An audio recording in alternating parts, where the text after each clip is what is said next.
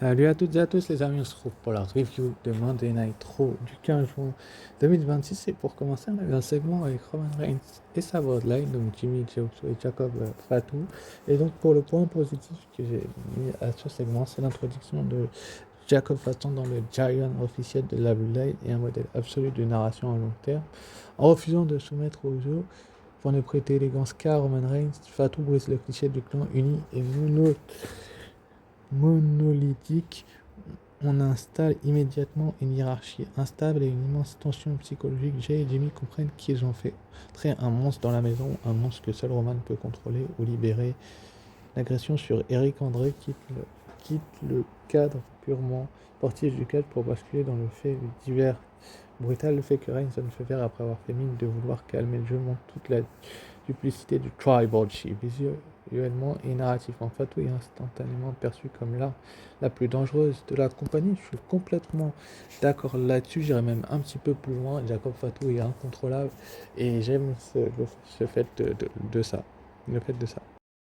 Mais le point note, c'est reste quand même que ce segment a été choisi délibérément de sacrifier la crédibilité et l'autorité des Usos sur l'autel de la monstruosité de Fatu. Jey Uso est censé être le favori de la foule et un prétendant légitime à la couronne, tandis que Jimmy, le vétéran protecteur, tente son refus de Fatu de les reconnaître. Il reste sans voix, presque soumis à la décision de Roman de valider. C'est un choix créatif qui fonctionne pour positionner Fatu au sommet de la chaîne alimentaire, mais cela ralentit la croissance de Jey en tant que force indépendante. À Raw, ils passent ici pour des spectateurs de leur propre histoire familiale.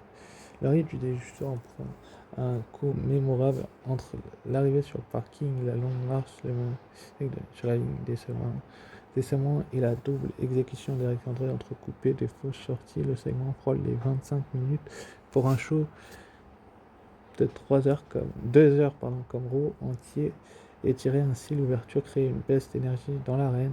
Les fans d'action pure et de catch technique doivent attendre une éternité avant de voir un vrai match commencer, ce qui donne à cette entame désert de segments de paroles un peu trop complaisants. Je suis complètement d'accord avec ça là aussi. Et c'est la meilleure solution que la WWE puisse faire, donc je suis quand même assez heureux que c'est démontré et j'ai prouvé que tout simplement cette roadline là ait été mise sur les devants de la scène, mais quand même c'est assez intéressant que la WWE mette en avant à ce point-là Jacob Fatu en tant que destructeur quand même, donc c'est vraiment intéressant de voir ce lancement-là. Donc c'est à voir par la suite maintenant ce que la WWE va faire, mais j'aime beaucoup l'idée. Ensuite, après, on a eu un segment entre Dan Housen et Liv Morgan. Donc là, Liv Morgan qui a demandé à Dan Housen tout simplement de maudire l'adversaire de Bafemi, donc Dominic Mysterio. C'était quand même assez intéressant et assez marrant, mais ça commence à devenir frustrant du côté de la WWE qu'ils utilisent des topos de segments comme ça. C'est une très moyenne chose que la WWE fasse ça, donc c'est à voir par la suite ce que la WWE va faire avec Liv Morgan, mais il y a un mais, c'est que je trouve ça inintéressant. Enfin bref, passons à la suite. Quelque chose de beaucoup plus intéressant, la première demi-finale du Queen of the Ring, Io Sky face à Raquel Rodriguez. Et là j'ai un point positif.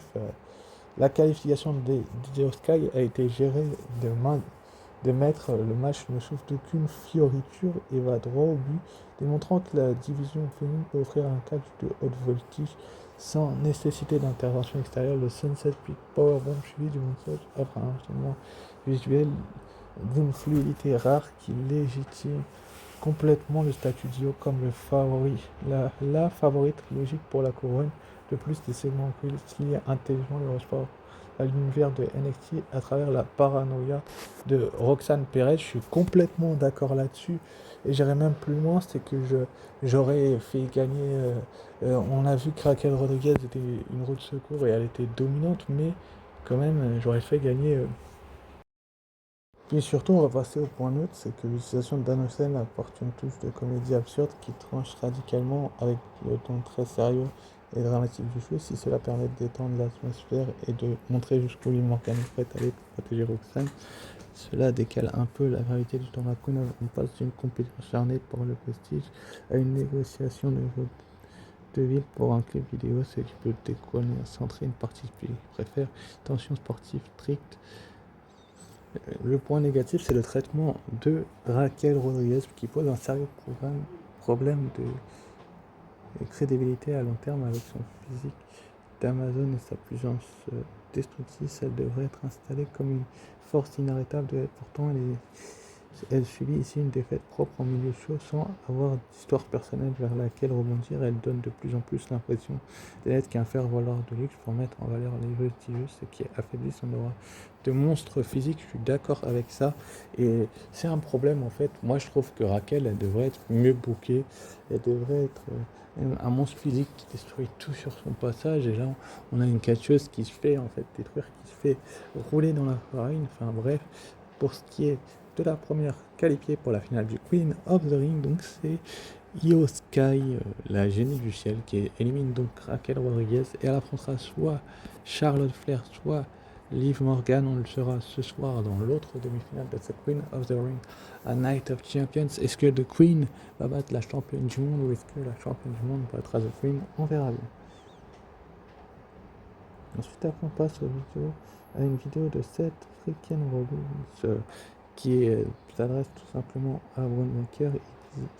Il dit que tout simplement c'était quoi qu'il lui a dit, et qu'il a ramené Breaker dans la télévision. Il a voulu lui donner le monde entier et en retour Breaker lui a pris son King of All Saga qu'il n'avait jamais retrouvé, son mondial. Le moment arrive pour corriger les choses cette fois-ci. Aucun polygone, aucune vision, aucun endroit pour se cacher. Un Night of Champions, je veux prendre un match contre Braun Breaker dans un style cage match.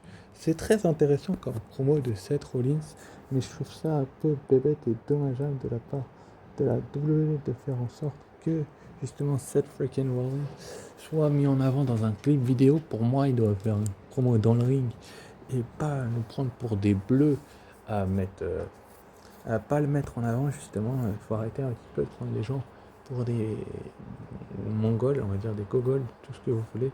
Moi, je trouve ça pas très intelligent de la part de la WWE. Ensuite, après, donc on passe au prochain match. Chad Gable face à Rusev. Donc, Chad Gable qui tout simplement est un catcheur qui vient juste de revenir et qui a une victoire tout de suite. Donc, son immense réussite après des mois d'errance narrative, le reconnecter aux valeurs fondamentales du catch et de soustraire à travers la lucha libre redonne trajectoire de face héroïque et attachant. Sa victoire propre leur soumission sur un adversaire aussi protégé que Rusev prouve que les officiels croient toujours en lui en tant que format solo. L'intervention post-match de Rey Mysterio et Dragon Lee valide cette nouvelle alliance organique et prépare une guerre captivante contre Page et Rusev.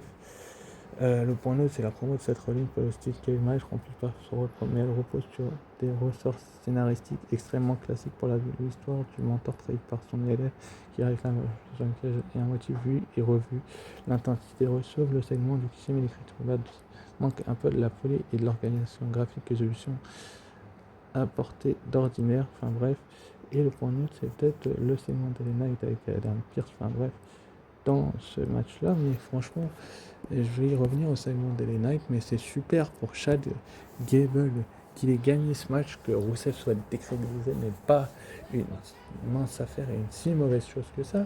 C'est hyper intéressant que la WWE fasse perdre Rusev, même je trouve, parce que tout simplement Rusev il a eu beaucoup de victoires ces derniers temps. Là qu'il perd une deuxième semaine consécutive est la meilleure chose à faire, si ce n'est à avoir. Enfin, faut voir surtout ce que Rusev va faire par la suite, mais j'aime l'idée de voir un lutteur comme Rusev se faire mettre en difficulté par un Chad Gable, même s'il y a eu des interventions extérieures et qu'on peut passer à autre chose. Mais franchement, je suis heureux que Gable ait gagné. Voilà. Gable, il avait besoin de cette victoire, il vient d'arriver. Ethan Page qui l'attaque derrière, c'est totalement stupide. Enfin, c'est pas que c'est stupide, c'est que ça nous mène et nous embarque sur la suite pour Chad Gable. On a bien compris qu'il serait en guerre avec Rusev et Ethan Page après ce qui s'est passé au show à Paris. Il va se faire donc démolir dans un premier temps par tout simplement les lutteurs professionnels. Mais franchement, c'était la meilleure chose à faire du côté de la WWE, c'était de faire en sorte qu'il se fasse attaquer par Hollywood and Page et Rousseff justement pour lancer un petit peu cette guerre que la WWE veut nous faire croire possible. Moi j'aime beaucoup cette idée-là de faire une telle guerre à la WWE avec ces 4 lutteurs-là, donc il va falloir voir maintenant comment ils vont nous pondre ça. Est-ce qu'ils vont nous faire une guerre bête? Est-ce qu'ils vont nous faire une guerre intelligente? On ne sait pas.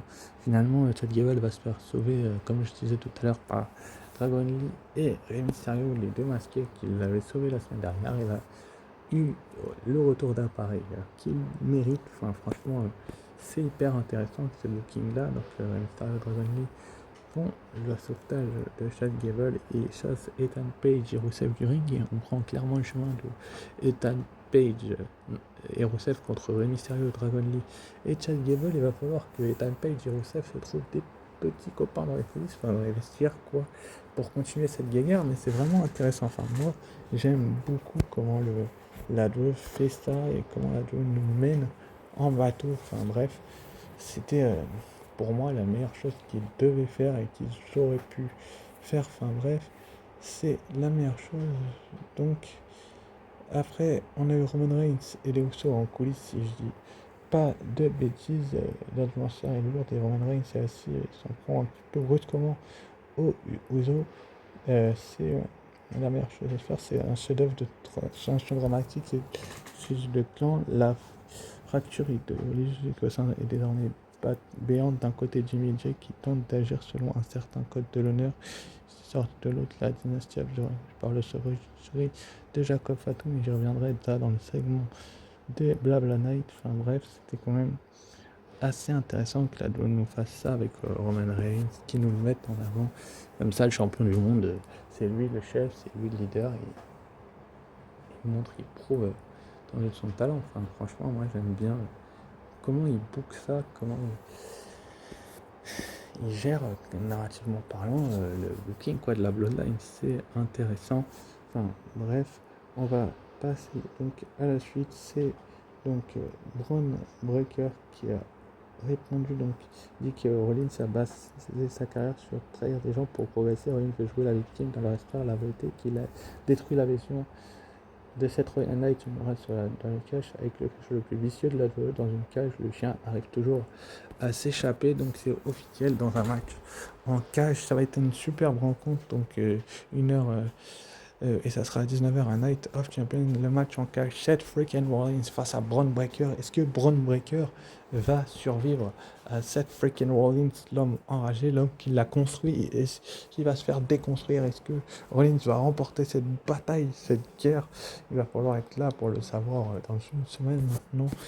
Je verrai pour les reviews comment je ferai pour les pronostics plutôt, mais c'est la meilleure chose à faire. C'est la guerre de comment dire, entre ces deux-là qui dure depuis des mois et des mois. Il y a un partout, balle au centre. Rollins a égalisé ça 2 ou 3 semaines, si j'ai pas de bêtises, et Breaker a gagné à Backlash. Là, il va y avoir la belle. Enfin bref, passons donc à la suite, le segment de Ellen Knight avec les Usos et Jacob Fatou qui va s'en mêler, bien évidemment. Donc ce segment est un chef d'œuvre de clan, le fracture et okay. La sauvagerie de Jacob. Les dialogues sont percutants et la réplique finale de Fatou Usos a défini complètement leur dynamique de pouvoir. Le public est sur à chaque interaction que la Bloodline moderne est une poudrière prête à exploser de l'intérieur. La position de Jimmy Uso devient de plus en plus ambigu aussi entre le rôle de grand frère raisonnable et celui de maître membre protecteur d'un clan tyrannique, en tentant de calmer Jay, d'empêcher l'utilisation de la. Il passe pour le combat moral du groupe, ce qui le rend profondément humain et appréciable pour le public. Cependant, cela affaiblit son statut de heel menaçant et les place constant face à fois aux attaques de Knight et aux reproches de Fatu pour la deuxième semaine consécutive. LA Knight termine le show où son segment majeur allongé sur le dos, inconscient après avoir suivi la loi d'un membre de la Bloodline, bien que sa popularité reste intacte grâce à ses promos de haute volée. Cette répétition commence à nuire à son statut de mégastar à force d'être présenté comme une victime impuissante face au nombre ou à la force brute des Samoans. Il risque de perdre de sa super auprès des fans qui attendent de le voir enfin prendre le dessus de manière concrète. Ça va être assez intéressant de voir dans les prochaines semaines justement si Elena peut enfin prendre le dessus sur cette bloodline. Surtout que Jacob Fatu arrive alors qu'il avait le dessus avec les coups de chaise sur les Usos. Il a réussi un petit peu à les chasser et il se prend le Tengen Dead Grip, si je dis pas de bêtises. La soumission s'appelle comme ça et c'est la meilleure chose à faire que lui ait pu faire, c'est simplement que Jey Uso et LA Knight, c'est deux personnalités qui se cherchent et je trouve que la WWE font mieux que de les faire chercher. Finalement, Jacob Fatu avec son Tengen Dead Drip a réussi à mettre tout le monde d'accord, y compris LA Knight. Et je pense que LA Knight, on le voit dans ses yeux, dans son regard un petit peu écarquillé, il s'y attendait pas du tout au fait que la WWE fasse cela avec Jacob Fatu, mais Jacob Fatu est un destructeur, je vous l'ai dit en début de review, c'est un petit peu son but, c'est un petit peu démolir tout le monde sur son passage, et je pense que la meilleure chose qu'il puisse faire, c'est de détruire tout le monde sur son passage comme il le fait, et il arrive à le faire, et donc on va pouvoir passer à la suite. Donc la suite pour ce show, c'était le match entre Charlotte Flair, The Queen, et Roxanne Perez. Franchement, là, on a eu une bagarre, un match, un combat d'une intelligence. Non, ça c'est autre chose, mais on a eu un combat d'une qualité, d'une bonté que j'ai adoré. Franchement, la meilleure chose que la WWE pourrait faire, c'est de mettre en avant la reine Charlotte Flair. Enfin bref, c'est la meilleure chose que la plus grande nation fasse, mais la défaite par soumission de Roxanne Perez est un choix à double tranchant. D'un côté, perdre contre The Queen, elle n'est plus championne NXT, bref, mais c'est pas grave. Au terme d'un match disputé, n'a rien déshonorant. Il rappelle la hiérarchie logique du main roster. D'un autre côté, faire abandonner de manière aussi nette une catcheuse comme Roxanne Perez qui arrive du développement juste après des interventions de sa part peut affaiblir l'image de la marque Raw, donnant l'impression que ses meilleures ceintures ne pèsent pas bien lourd face aux stars établies de Raw. Enfin, ça, une ceinture, mais quand même, il y a aussi le fait que Roxanne Perez soit très très mal bookée ces derniers temps. Et malgré tous les arguments que je vous ai dit, le match réussit parfaitement à relancer. Renforcer les deux femmes, Charlotte ressort avec l'image d'une vétérane capable de survivre à la situation grâce à son expérience. Elle n'écrase pas Roxanne, elle la bat parce qu'elle est plus intelligente et plus patiente. De son côté, Roxanne paraît beaucoup plus crédible qu'avant le match. Elle ne ressemble pas à une outsider venue remplir une carte. Pendant une bonne partie de la rencontre, elle semble réellement capable de créer la surprise. C'est exactement le type qui peut faire progresser un personnage. La structure de match reste relativement calme. La jeune étoile domine une partie, la vétérane souffre, puis l'expérience fait. Ce schéma fonctionne très bien, mais il reste assez prévisible pour le spectateur habitué au match. Le point négatif évoqué tout le long de la soirée comme une menace post-partant. Au moment du match, leur influence reste limitée. Certains pouvaient s'attendre à davantage d'interventions de le combat gagné et gagne en pureté sportive, mais perd un peu de tension dramatique, malheureusement, j'ai envie de vous dire, mais c'est quand même une bonne chose de faire gagner The Queen, Charlotte Flair, ce match-là, parce que ça la relance tout simplement par rapport à tous les dires et les faits de la douce. De la part des dires et des faits de la WWE, mais c'est une très belle victoire de Charlotte Flair qui met également en avant Roxanne Perez. On va voir maintenant à SmackDown ce soir pouvoir survivre à la championne du monde Liv Morgan. Ça va être un match assez intéressant. Moi je trouve pertinemment que la WWE sait faire le booking des talents établis et des futurs top stars.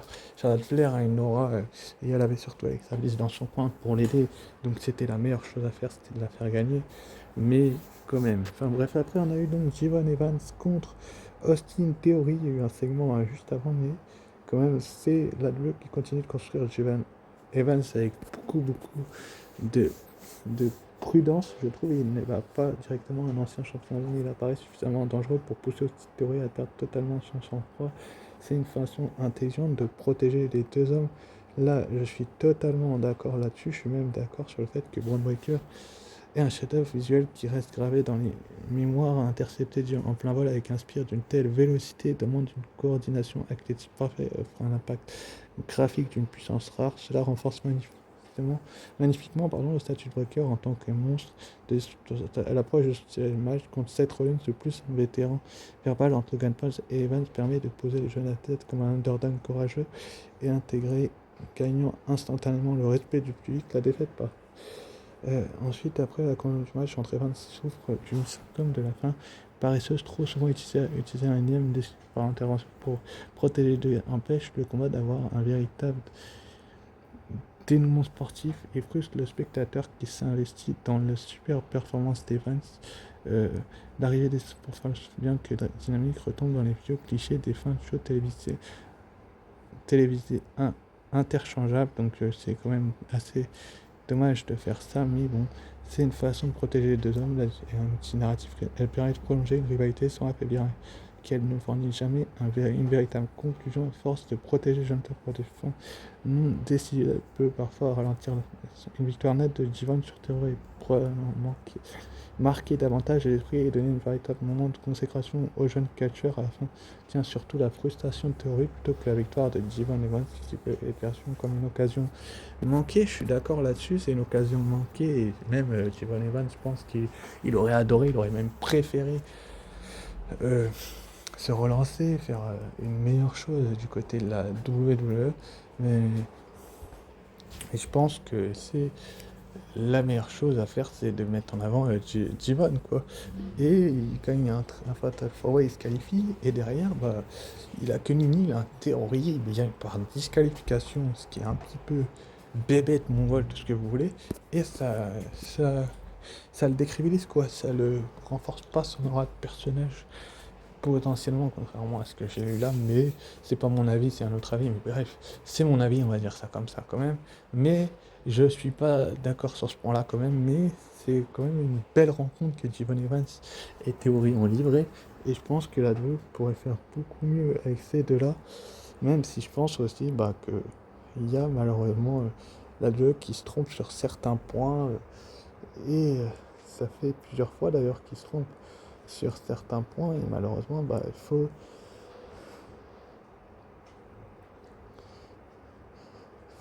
les reconstruire, et c'est à chaque fois ça prend du temps de reconstruire. Enfin bref, il se fait découper, il y a le sauvetage, etc. Enfin bref, je vais pas vous en faire un peu là, je vous ai dit ce que j'en pensais de ce match, je vous ai dit ce que je pensais de ce sauvetage, mais voilà quoi, il y a déception. C'était après, on a eu le post-match, donc le post-match transforme complètement seulement dans le majeur. Austin Theory passe des films d'un compétiteur classique et une figure instable, presque incontrôlable, ce qui donne une nouvelle dimension à son Devon Evans. Malgré la perte de concurrence renforcé psychologiquement, il ne fuit pas, il ne disparaît pas, il encaisse et reste présent dans la scène. Fonctionne ici sur une idée très forte, la fin du match n'est qu'un faux point final, le vrai conflit commence après.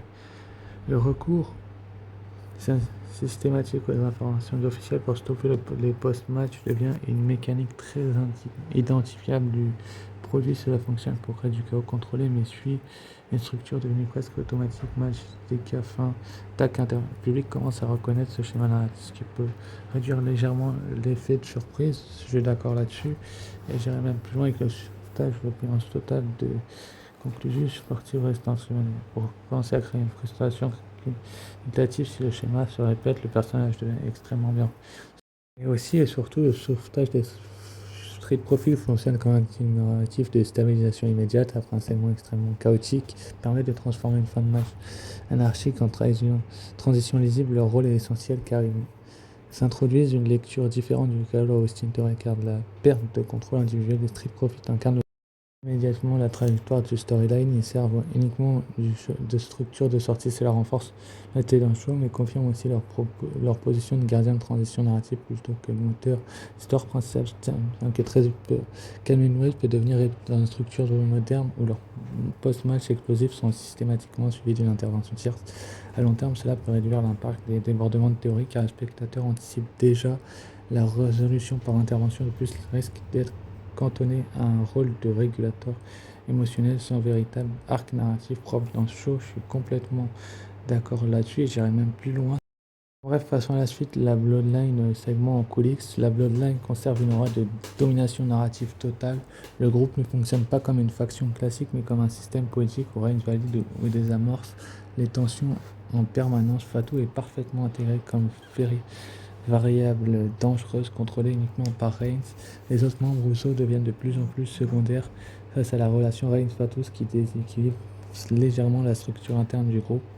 Le show dépend fortement de la Bloodline comme moteur, ce qui peut écraser les autres storylines si l'équilibre n'est pas mieux réparti. Je trouve ça quand même assez dommage de la part de la WWE de dépendre autant de la Bloodline et de Jacob Fatou, qui pour moi ne doit pas autant être sur le point de la scène comme ça et sur le devant. Bon, après, il obéit aux ordres de Roman Reigns et on peut pas lui retirer ça. C'est la meilleure chose que la WWE peut faire, c'est qu'il obéisse aux ordres de son chef d'être lui. Donc c'est quand même assez bien de faire ça ainsi et que la WWE a fait ce qu'elle avait pu et donc je trouve ça très très bien de la part de la WWE d'avoir fait ça, d'avoir mis la Bloodline en valeur. Donc c'est une bonne chose. Roman Reigns n'était pas présent cette semaine et je reviendrai sur le vote cette semaine dans une autre review. Je vais en faire plusieurs aujourd'hui, je pense. J'ai un petit peu que ça à faire en attendant la Coupe du Monde.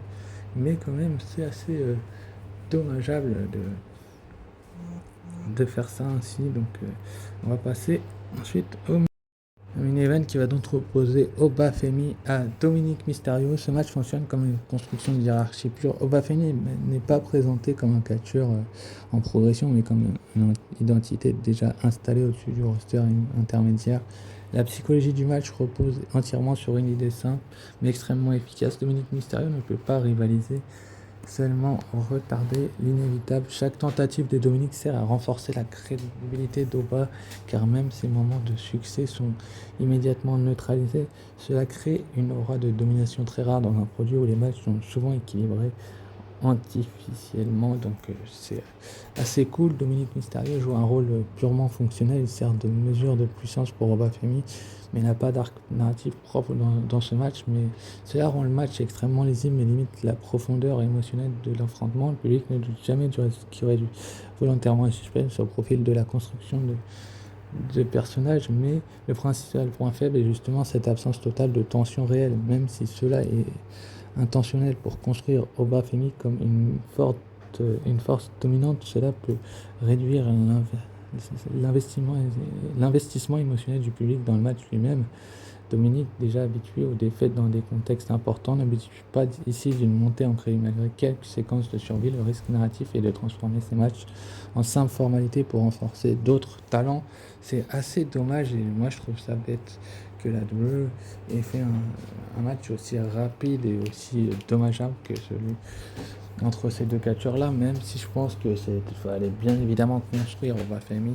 Ils auraient pu le faire durer un petit peu plus, surtout que c'est une demi-finale du King of the Ring et que ce tournoi-là, on sait où est-ce qu'il nous mène et c'est assez dommageable, mais voilà quoi. Et voilà, plus Dominique essaye à se mesurer à son niveau, plus justement la construction d'Oba essaye la psychologie, plus Dominique essaye, plus Oba semble inévitable et assez puissant. Et il a utilisé des arcs narratifs depuis, il n'a pas été écrit comme un véritable rival, mais comme une unité de mesure du niveau d'Obafemi. Cela rend extrêmement clair et lisible, mais limite volontairement la complexité émotionnelle du spectateur ne vit pas un doute, mais une confrontation. Cela fonctionne dans une logique de construction de stars, mais pas dans une logique de suspense sport classique. Mais justement, la WWE est en train de construire Obafemi, donc ça a fonctionné à ce moment-là, et c'est la meilleure chose à faire, c'est de faire justement gagner Obafemi, même si le booking et la répétition sur Oba est trop souvent présenté dans des matchs où le reste n'est jamais réellement en doute. L'impact de ces rodé à long terme, Dominique, malgré son rôle effacé de miroir 2, ne bénéficie pas d'une montée en crédit, ce qui peut créer une stagnation perçue dans sa trajectoire. Enfin, l'absence totale de véritable nerf folle au moment de panique Pogba limite la tension dramatique, même si cela est volontaire. C'est vrai que c'est volontaire et qu'Obafemi se qualifie dans la finale du King of the Ring où il affrontera soit Javon Evans, soit Jey Uso. Je vous annoncerai ça dans la review de SmackDown, mais je trouve ça quand même assez dommageable de la part de la WWE d'avoir fait en sorte que ce segment-là, il soit structuré ainsi, enfin ce match, pardon, et finalement, on est un peu déçu de ce qui s'est passé, ce qui s'est déroulé à l'arrivée, parce qu'on a un Obafemi qui arrive en finale du King of the Ring après avoir battu Penta, Solo Sikoa, Carmelo Hayes et Dominic Mysterio, qui sont des catcheurs qui avaient besoin d'être construits. Obafemi veut être construit puissant, et ça, je l'entends. Et ensuite, donc, après le match, Obafemi a envoyé un message, une petite pique à un certain que je ne citerai pas son nom parce que je n'ai pas envie de citer son nom. Et ça, je trouve ça bête justement qu'il lance cette pique là parce que ça nous spoil un petit peu. Enfin bref, je ferai le pronostic de Night of Champions de cette finale du King of the Ring, j'y reviendrai un petit peu. Mais cette pique là n'a rien à faire là et c'est dommage que la WWE appuie sur cette pique quoi. Est-ce qu'ils n'auraient pas dû justement pas spoiler, mais je sais pas, je trouve ça bizarre. Enfin bref, pour la note du show, je mets un petit 13 sur 20. Donc quel lancé pour le prochain Raw. Donc le Raw de cette semaine, on avait un match pour les titres par équipe. The Vision, Braun Breaker et Austin Theory contre les Street Profits. Je vous rassure, je vais vous faire la review dans la journée si j'en ai la possibilité. Donc sacrée affiche, sacrée belle opposition de style entre ces deux équipes-là. Et on aura également les titres par équipe féminin, Bayley et Lyra Valkyria contre Paige et Brie Bella pour les championnats par équipe féminin. Donc sur ce, n'hésitez pas à liker, commenter, partager, vous abonner si ce n'est pas déjà fait. Sur ce, je vous dis ciao, bye et à très vite.